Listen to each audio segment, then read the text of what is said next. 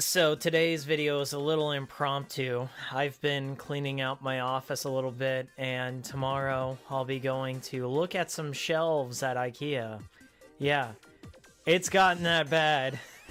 Maybe I can take my webcam and give you a little peek here, but this is just a small portion of my collection. This is my collection in my office, and that's mostly PS2 games. Down here we've got some Dreamcast and GameCube, and like if I go around this corner, that's an entire stack of Xbox games, and oh boy. And like that's not even including, like if I open up this cabinet and give you a little peek in there, I don't know, my webcam's not gonna stretch, but I can open this one a little bit.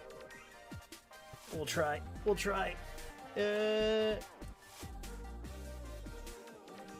Whoa.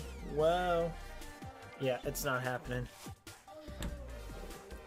Okay. So, I've been clearing out my gaming area. I mean, I even have like PS1 games back there. If you look over to, I guess this is my left, your right, that's my Neo Geo. Over here's the studio. It's mostly just my office. But this is just my office collection of games, and I'm not doing this to brag. I'm just kind of telling you how demented I am, I guess. I've got DS games. My bedroom, like maybe you've seen in one of my videos, my NES collection's in there, my Sega collection. And another room is my N64 and Genesis and so on and so forth. So I'm going to be rearranging my house, and hopefully I'll have a pretty decent like layout eventually. Tomorrow I'm just looking at shelves, so who knows what's gonna happen with that. But along the way I decided, I was like, you know what, maybe I should, it's hard to crank out a review as quickly as just an informal vlog, and in the meantime while I'm working on stuff, I might as well just share some memories about systems. And I watch other YouTubers who do this sort of thing, and I'd like to just, throw my hat in the ring, and we'll just see where it goes from there. So I want to talk about one of, I don't know if this is an underrated system or not. I mean, there wasn't a huge buzz. I honestly think the Vita is a more underrated system, but I want to talk about the PSP. And hey, I'm not getting a bad reflection on that, so that's pretty cool. Anyway, this is my original PSP 1000 model. I've had this for a very long time, and surprisingly, it's one of my most well taken care of system. Like I would meticulously clean this. Never had a protector on this bad boy. I would clean this all the time, take care of it. I mean, like the buttons feel like it's been played. I really enjoy the PSP 1000 model. I know the other models got slimmer and an LCD screen in it, and you could also have an external video so you could hook it up to your TV, but I really enjoy the base model PSP. When I was in high school, it came out, I believe, my junior year of high school, the PSP did, and comparatively, I mean, the DS was a pretty freaking big deal just having two screens, but I mean, if you wanted to compare the features side by side, the PSP is more like, it feels more modern than the DS ever did. The DS was like in a world of its own, and the PSP could play videos, it could play MP3s, you could put digital comic books on it, you could browse the internet, albeit very slow, like super slow.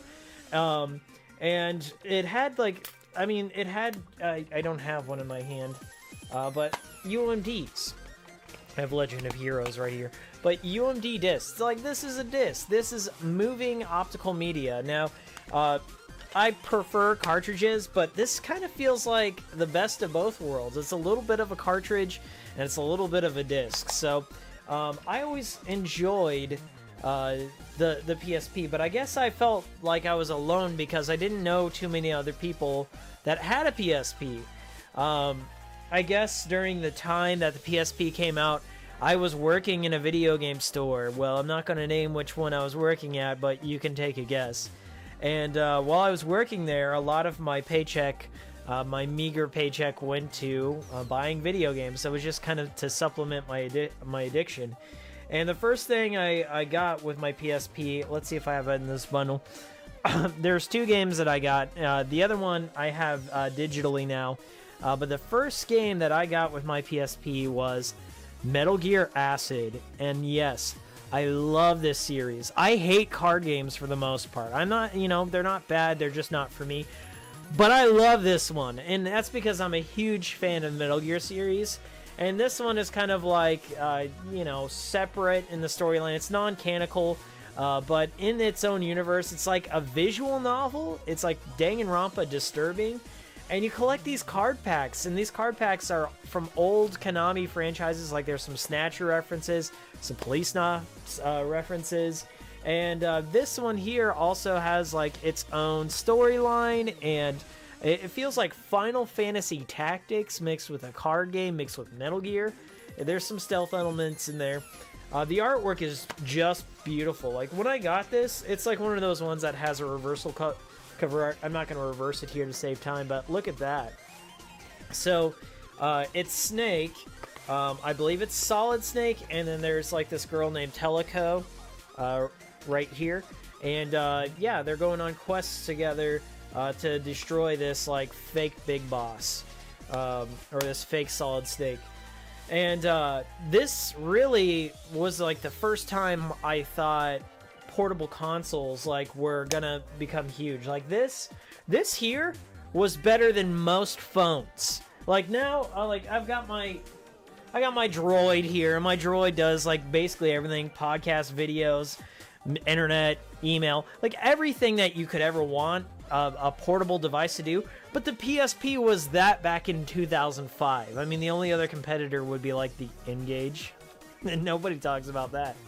And I also want to talk about this here. So this is a Logitech case that I got to protect my PSP. I mean, like, you really want to protect your investment, because I believe this came out for like $250. It was not cheap, including the memory card in the game. So it was probably around $300. But I got this Logitech case, and when I worked at a video game store, my friends and I had a friend who printed custom covers for these. Like he got the outline for it, and he clipped images. But no, I just took a pencil, and like this came out of an old Game Informer magazine. So this is a Fire Emblem game. This is a Fire Emblem game. What is this doing on here? Well, you could play. I mean, the Game Boy Advance was still alive during 2005. So later on in the PSP's life cycle, I think we all know that this could eventually play Game Boy Advance games. I think within the first couple of weeks of owning a PSP, like, I gotta walk you through it, because the memory cards were also sort of proprietary. I mean, later on, other companies start producing these Pro Duo cards, which is what it is.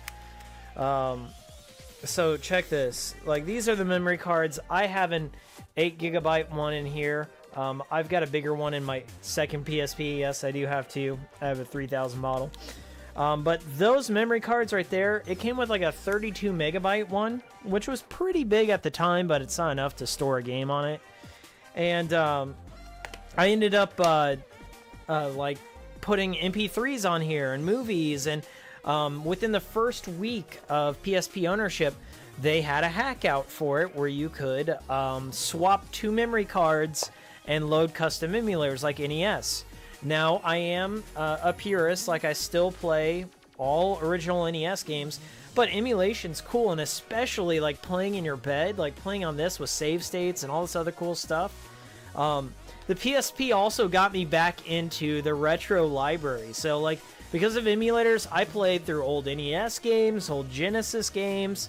We're talking Atari games on here, Scum emulator games like your old LucasArts games.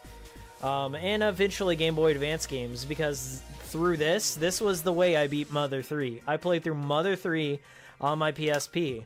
It's on a handheld, and it was on a beautiful screen, an LCD screen. So, you know, I did what I had to do back in the day. So, let's talk some PSP games. So now I've reviewed, I believe, 1 or 2 PSP games on my channel.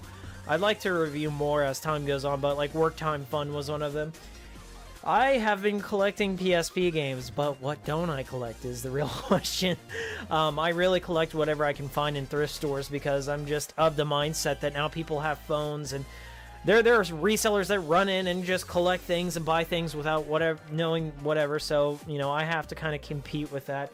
So, no one has really been collecting PSP games. So, like on eBay and Amazon, they're still pretty cheap. They're about $20 or less for most titles. There's a few rare ones in there. So, over the past couple of years, I've been collecting PSP games. GameStop's been clearancing them out. So, this is kind of my collection, as you know, I'm organizing it, and I just want to share it with you, and maybe I might review some of these in the future. So here we go. I already talked about Metal Gear Acid, but I also want to make mention of its sequel, Metal Gear Acid 2. Now, both these games were made by Shinta Jiniri. He's the guy who created Never Dead, and he's like a brilliant guy. Like, he kind of feels like Goichi Suda or Suda 51. Like, he's got a, you know, I did make that comparison in my video, but he's got a very unique mindset, and that really comes through. So if you like Danganronpa, if you like really disturbing stories, both of these games have some really messed up terrorism plots to them. But Metal Gear Acid 2 kind of beat out the 3DS, and I'm going to show you why. So on Metal Gear Acid 2, there's the Solid Eye. Now, the Solid Eye, it goes around your PSP. Let me fucking find my PSP. I'm losing my mind here because I'm so excited about this. So, I'm going to pull out my PSP 3000. I think I just dropped it here. So, there will be some cuts. So, you fucking put this thing around your PSP, like so, and then you stick your eyes in there, and then it has kind of like a stereoscopic 3D on the PSP, and like no one bought a PSP because of 3D. I mean, 3D was a total gimmick on this thing for Metal Gear Acid 2. By the way, if you have this and you have Metal Gear Acid 2, this really adds value to it because most of the people just threw it away. I really enjoy Metal Gear. Like, everything Metal Gear Acid 1 does, 2 really improves. Like, it looks graphically better. It's cel-shaded. There's a lot more cards, and a lot... Like, if you have beaten Metal Gear Portable Ops, which is another one, and you've beaten Metal Gear Acid 1, you can transfer that over to here and unlock more cards. So, that's fucking awesome. I have 2 copies of this, by the way, because I wanted to pick it up because I love this game. It's going to be hard to find. I'm telling you guys, collect PSP while you can. Me and my Katamari. So Katamari Damacy, one of my all-time favorite weird niche I don't know if it's niche. A lot of people know what Katamari is, but I love this one. Downside on the PSP is it has like that small like little analog nub here. So unlike the Vita, you had like this small little nub here, and I mean, it feels good and everything like that, but it doesn't have that haptic feedback of the PSP, or excuse me, the PS Vita. And so you'd have to play with this, and you'd move, like you'd turn the camera with these, your shapes. Anyway, I really love this one. This is kind of like basically We Love Katamari, only dumbed down, and they did the same thing for the PS Vita. They just ported We Love Katamari to that, but that's the best one in the series. Loco Roco, really fun game. You only play using L and R, so like you just tilt the world using these. It's made in vector with vector graphics here, so like it's all looks clean and crisp. It has great music. Kind of has that like little Big Planet weird like 2D plane feel, but it's a ton of fun. Geekin, it's one of those 16-bit platformers, roguelikes. I picked this up, and I had never played it before. I just picked this up recently. I really enjoyed it. It's something I wish I would have gotten then back in the day. This is a visual novel that has gotten ported to the PS3, and I believe it's coming out for Vita. It's called Hakuoki. I want to call it a Hakuoki, but this one is for the ladies. If you want a male samurai to talk you up right here. I mean, you can get that handsome guy. You can make love to him. You actually, it kind of turns the table. It's one of those visual novels where you actually get to play as a female. And we're not talking Exchange for the PC, Windows 95 H games, which I've played. But in Exchange, you start off as a male, and then through magic, you get turned into a female. I'm going off topic here. Patapon 1 and 2. If you haven't, go check out Kirk Almighty's review for Patapon 1. It's a really good rhythm game. It's all about drums, and it's got RPG elements, and then you can also build up your community of Patapons and like build up a really good army. It's one of those PlayStation exclusive franchises that never gets enough love, I think. Alright, so I've got a huge fucking stack. I don't even know if I'm gonna include all these, but Legend of Heroes Falcom. Think the E series. This is just kind of like that. I like E's a little better, but this is a nice little decent. I would say this is like a 7 out of 10, maybe 6. So I got into the Persona series. Now, I have had Persona 1 and 2 on the PlayStation for a very long time, but P3P, my girlfriend actually was into the series before I was, and she got me into P3P, and this is kind of like a very... there's like 3 different versions of Persona 3. So this one is, I guess, the definitive one. They kind of streamline a lot of the text conversations. A lot of the stuff isn't voiced. And it's got a cameo from Vincent from Catherine in there. So this predates Catherine by a couple years. I really enjoy this one. So if you're looking for like one of the best RPGs on the PSP, here you go. That's my second copy of Metal Gear Acid 2. Told you. Ape Escape, Ape Academy. This is more like a like Game & Watch or a WarioWare game, but with Ape Escape. I really just love the Ape Escape games. They're just silly and stupid. And look at that reversible cover art. That's just beautiful. You know, games just don't do that cool stuff anymore. The classic, the Kick Punch, It's All in the Mind. Parappa the Rapper. My copy's a little beat up. I've also been trying to track down Guitar Man Lives, which is the PSP one, but another great rhythm game. You can't go wrong. I love music games. That's just like one of the weird things that I've gotten into over time. I don't like Rock Band. I don't like Guitar Hero, but sit me down in front of Parappa the Rapper or Guitar Man, and I will play that all night. This is my work time fun that I got from the pawn shop. The other copy I had, I gave as a birthday present to my friend Mark. Work time fun. It's like your WarioWare. Check out my review if you want to know more. One of my personal favorite tactical games besides Disgaea, Final Fantasy Tactics. This one is a little strange. They added more animated cutscenes to it. There's some voice acting. I think they redid a lot of the translations on here. One of the things they did not do, which I wish they would have done, is sped up the turns a little bit, or sped up the gameplay just a tiny bit. That's one of the things I respected about this guy as time went on. They started speeding up all the turns, or you can skip animations, but Tactics hasn't done that yet.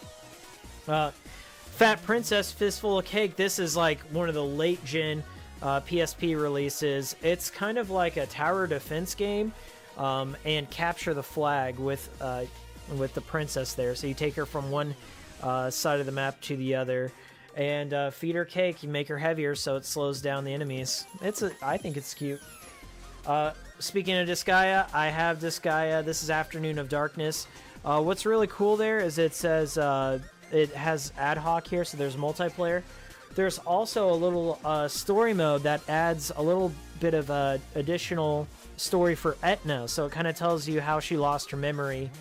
I love the original Disgaea. It's probably my favorite in the series just because it's so remarkable, and it left such a huge impression on me. I think it really brought tactical JRPGs back on the map. Daxter, not a huge fan of Jak and Daxter, but this is a really solid just action platformer on the PSP. Definitely check that out. I got a really good story and a really sad story behind Final Fantasy VII Crisis Core. I really don't want to mention it. Maybe for another vlog someday. Ask me about it later. I really love this title. you know, it was in that era of Final Fantasy Dirge of Cerberus, Final Fantasy Advent Children, Final Fantasy Before Crisis, and Final Fantasy Crisis Core. So they were just kind of doing this resurgence of 7. So at that point, it was just like, are they going to remake it? Are they going to remake it? No, we had to wait like 10 years after that. But Crisis Core is really cool. It has a little bit of a random turn-based element, but it's all mission-based. It's very pick up and play. You don't need to know that much about Final Fantasy VII. It kind of fills you in as you go along. Zack's a cool character, you know, Sephiroth's in it, Cloud's in it. So if you've never played this, give this one a go. Pretty cool. Supreme collection here. So the PSP had some phenomenal game collections, and this is the best you can get, because Castlevania Dracula X has one of the best unlockables of all time. You can unlock Castlevania Symphony of the Night, and this is a remake of Rondo of Blood, aka Castlevania X, which I've had on Super Nintendo. That's my introduction to it. Gorgeous reversible cover art in here, just phenomenal. I love that artwork. I still play this one a lot, actually. Mostly for Symphony of the Night. I can't get over that game. Tokobot. There's Tokobot Plus on the PS2. I wouldn't say this is like Pikmin. This is more like an action-based Lemming / Pikmin, but not so much like moving your troops here and there. They all kind of stick together. It's a great puzzler. Very underrated Tecmo game. Nobody really brings that up anymore. Tactics Ogre. So if you're looking for a Final Fantasy Tactics competitor, Tactics Ogre Let Us Cling Together. This one is probably the most insane, grindy tactical RPG, but it's phenomenal, the amount of complexity in this one. I can't recommend it enough. Coded Arms. Now, this is something I got early on. I actually have the strategy guide for this. Maybe I'll do another video on strategy guides, but Coded Arms was kind of like a weird cyberpunk, kind of Halo-esque Konami first-person shooter on the PSP. Now, the PSP handles first-person shooters okay, but without 2 analog sticks, it is kind of wonky. But look at that fucking awesome reversible cover art. Like, that is really cool. That's all like this these pastel watercolors there. That's so cool. I actually like this one. Rengoku is another one that I don't own, but I did play back in the day, and I enjoyed that. I did a review of this game, but I didn't do a review of the PSP or PS2 version. Silent Hill Shattered Memories. Highly underrated. I think this gets a lot of hate. All the Western ones get a lot of hate. Go check out my review. It's one of my favorites. It's one of the best reviews I think I've ever done. But on the PSP, holy shit, the lighting effects, the draw distance, the voice acting, even the psychological elements are all in place. Like, this is a beautiful game. One downside, no reversible. How could they? How could they? Speaking of Silent Hill on the PSP, Origins. I was the only one who pre-ordered this at my GameStop back in the day. I was so hyped. This was like the first Silent Hill game after 4, and it was made by a different team. And it was originally going to be more like Resident Evil 4. Like, it was an entirely different over-the-shoulder game, and people were pissed off about it, and they actually listened, and they made it more like a traditional Silent Hill. So it's more like a third-person, weak protagonist. His name's Travis. He's a truck driver, but it kind of has like QTEs built in, so not a lot of people dug that, but I like it for what it is. Akira Yamaoka worked on the soundtrack, Mary Elizabeth McGlynn. But yeah, I mean, this isn't the best, but I think it's pretty good. It's fun. I might review it someday. Wink wink. Probably not till October. So we're getting into some kind of obscure stuff. Now, this was the first game that I ever beat on the PS2, and I beat it without a memory card because memory cards were fucking expensive back in the day. Right here, Shadow of Destiny. Shadow of Destiny. Once again, Konami. Remember when they made games? This is a beautiful game. Now, the box art doesn't do it justice, but this game right here, it's about this guy who is a time traveler, and he's trying to prevent his own death. Charles Martinet, he does the voice of Homunculus in the PS2 version. He's the voice of Mario. It's really odd. It feels like a B-movie. It's super quick. You can beat this in like maybe 5 hours, if that. So Highly recommended. Love this game. It's even cooler on the PSP, just being able to play at your own leisure. Oh boy. So I got 2 more kind of cool ones here. Right here, I have Prinny. Can I really be the hero, dude? And Prinny 2 Operation, or it's Dawn of Operation Panties, dude. I love these games. Now, NIS they've done a lot of crazy things with their Disgaea series and just the whole expanded universe, but I think this is like one of the best spin-offs that they've ever done. It's like an old school, like they say NES hard. This is NES hard. This is really tough. So you got like what? Like I think it's like something around like 999 Prinnies or something along those lines, and you have to make it through, and it's just like one hit and your Prinny's dead. But you can do all sorts of stuff. You can make it as easy as or hard as you want. The humor's on point. All the Disgaea characters there. If you're a fan of Disgaea, these games are the best. Really good. This one here. So this is like when NIS started doing their limited edition stuff here. So this one comes with the soundtrack, and my main girl Asagi's on there. When's she gonna get her own game, dude? I really enjoyed that. And I gotta say here, I want a third one. They've got to make a third one. I wish the Vita kind of was a bigger hit, so we could possibly see that. But, you know, never know. Hopefully Disgaea 5 sold well enough so NIS isn't going bankrupt. Phantasy Star Portable. This kind of feels more like Phantasy Star Universe, which was not my favorite out of the series. It also has a sweet-ass cover art, so you got to give it that for reversible cover art. But it's a good one. They've since made a Vita sequel to this one, but if you're looking for a good Monster Hunter type, this is more Monster Hunter than it is Phantasy Star. So it's a bit more complex, but I like this one. It's a good one. Okay, I have another stack here that I'm going to get to. I'm almost done. This is, holy shit, we're almost at the 30-minute mark. I'll have to chop this up. Shin Megami Tensei Persona 2. This is Innocent Sin. This is different than the one on PS1. There's 2 different versions of Persona 2. This one comes with the soundtrack. My girlfriend, she liked P3P, and this came out after P3P. Persona 1 came out, then P3P, then Persona 2. So, she didn't dig this one because this is more like the PS1 version. And they like relocalized it. So one of the characters in I think it was Persona 1 was black in the North American version, and then for the re-release they made him back to his original Japanese self. So I don't know. That's kind of like good localization or bad, I don't know.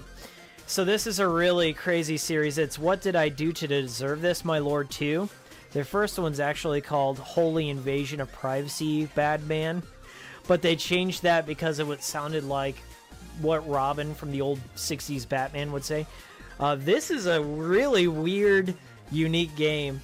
I'd love to play this for you guys someday because this here is, you're the bad man, the bad man right here. He's kind of like an overlord of these demons, and you can kind of see the demons on there. So there's a hero that goes down to slay the overlord there, and basically you have to prevent the hero from coming down to attack you. So you set up all these monsters, and you basically, it's kind of like a tower defense game, and dungeon defense at the same time, and you collect heroes and stuff. The one on Vita is really good if you're like looking for a Bejeweled or Candy Crush clone. The third one of this, oh, so good. The shame is I can't play it on the Vita TV because it uses touchscreen, but what can you do? Okay, so I have a really strange memory of this one. My friend Ray, who was on VHS Flow, me and him, we were in social studies class, and he had just got his PSP. He was the only other person that I knew had this. And he had Twist Metal Head-On applied directly to the forehead. And this is like a clone. It has like basically all the best levels from Twisted Metal 2. And it has like, you know, an actual soundtrack to it, licensed music. and it's really good. It's like one of the last true Twist Metal games. Now, I haven't played too much of the remake, but this one was really solid. It even got a PS2 port where you could play a Sweet Tooth in this asylum. So, really enjoyed this one. Star Ocean First Departure.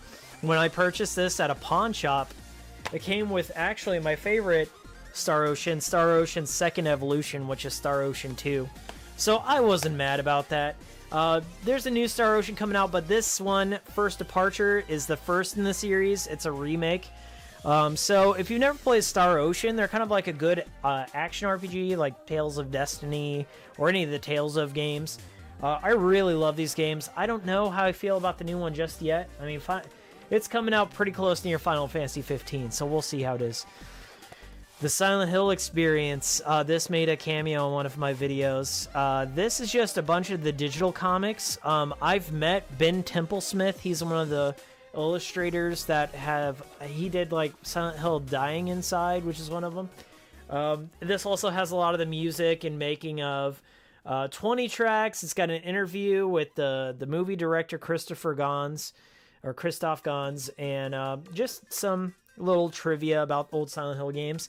Such an oddity. This is a movie. This is a movie just about Silent Hill stuff. So if you're a fan of that, I'd recommend it. And last but not least, Parasite Eve 3, aka the third birthday. I used to call this the third birthday back when it first came out, because I was not a fan of Parasite Eve the third birthday. I was so let down. Parasite Eve is like probably, like Suikoden's up there, but Parasite Eve is like one of my favorite RPGs of all time. The original, so good. When this came out, I was just like, this isn't what I wanted. Like, I wanted something that was more like turn-based, and this is more like Resident Evil 4 mixed with like hopping around. So I played this again last year. I just went through it for the first time ever, and I just beat it in one fell swoop. I put up 2 videos on my website, some tips on it, and you know what? Loved it. Came away with a greater appreciation of it. You like hop from soldiers' bodies to soldiers' bodies. It tangentially relates to Parasite Eve 2 and the first one. The rumor has it is that like the original author, so Parasite Eve was based on a book. The author of the books was just like, I don't know if I fucking like what the game's doing here. He didn't really speak up when that god-awful movie came out, but he didn't like really where it was going. So I think this was why they called it the third birthday, was to kind of reboot the series and distance itself from Parasite Eve. But this one's actually pretty good. Don't go in with the same expectations as Parasite Eve 1. I might have to do a review on this one. I really think I would have to do this. And a little tidbit here, Final Fantasy 15. The director of this game here is the lead director on Final Fantasy 15. And one of the head designers of Final Fantasy 15 worked on this. So there's also a reference to Aya here in the Final Fantasy 7 Remake trailer. So there's that. Okay, and then just one more little oddity thing. I bought this for my girlfriend. It's called Little Limited, and it's got like this witch girl on it. I thought it was cool because it was like 20 bucks. It came with a bunch of cool stuff. It's like an idle kind of game with a coloring book in it. I don't know. I've never played it, but I'm so jealous of Japan because the PSP in Japan. So this is my 3000 model. This one's a little different. It has like it's got a slimmer drive. It doesn't pop out as crazy as the other ones. You can hook it up to a TV, so like when I capture footage for PSP, if I'm not using an emulator, I'm using this. And it feels nicer, longer battery life, and I do like it. It just has a lower quality screen on it. The Japanese, though, they got so many great exclusive PSP titles that we never got, especially when it comes to visual novels. Like, the first 2 Danganronpa games were on the PSP, and then a fan translated them, and just after that translation released, NIS is like, oh yeah, we're going to release them on the Vita, and we're going to charge you, you know, like how Japan, they got them both in one, and then we're going to charge you individually for both. So anyway, that's another story. But yeah, the PSP is such a great freaking system. It looks great. It feels great. It's like, it's seriously one of my most favorite. If the Vita never came out, this would be like one of the greatest things in Sony's legacy. I still consider it to be. I wish that Sony would release like a PSP emulator on the PS4, PS3 even. They, you know, they got it on the Vita, but you know where that's going. Anyway, one thing that I've always wanted for my Vita collection is a PSP Go. So there was like a flip phone version of the PSP Go and or the PSP, and you could download digital titles. So they abandoned these little UMD games entirely, and they came out with just digital stuff, and nobody was having that because Sony promised like, oh, there'll be a way to transfer your UMDs. It never happened. Nobody was having that. Nobody liked digital only. I mean, we saw what happened with the Xbox One, and it kind of failed. So that's kind of why they pushed for the PS Vita later on. So I honestly think the PSP could still release some great titles. I mean, like, you could port a lot of phone games to it and would still be competent. If you're out there and you haven't picked up a PSP, pick up one. Mess around with it. I mean, there's a game for everyone. They got great sports games. They got great action games, RPGs. The system just shines. It feels in a lot of ways like an extension of the PS2. Also, one thing I didn't mention, PS1 games. I rediscovered a lot of PS1 games by either downloading them from the shop or ripping my own CDs. So I could rip my own PS1 games and dump them on the stick with the custom firmware. Like, I played through fucking Chrono Cross like 3 or 4 times on my PSP just because of that little feature. Highly underrated. Great system. I'd like to cover more in the futures. So yeah, that's my little PSP memories. I guess I do have one embarrassing story.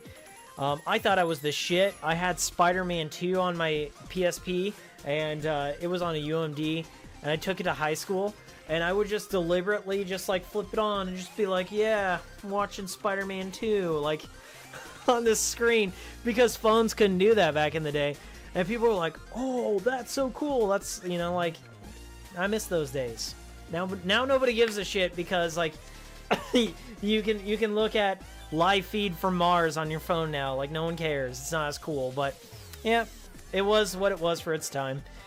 There's now a competent PSP emulator out there. So if you want to discover some of the games, they're out there. And you can play it with your PS4 controller if you want to. I'd also recommend that.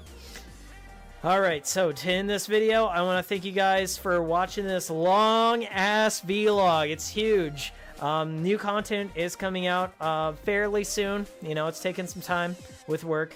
If you have any requests of any PSP games you want to talk about or you want me to cover, leave it down in the comments. Love to talk to you guys about that. I will see you all next time. Here's to you. R.I.P. Prince.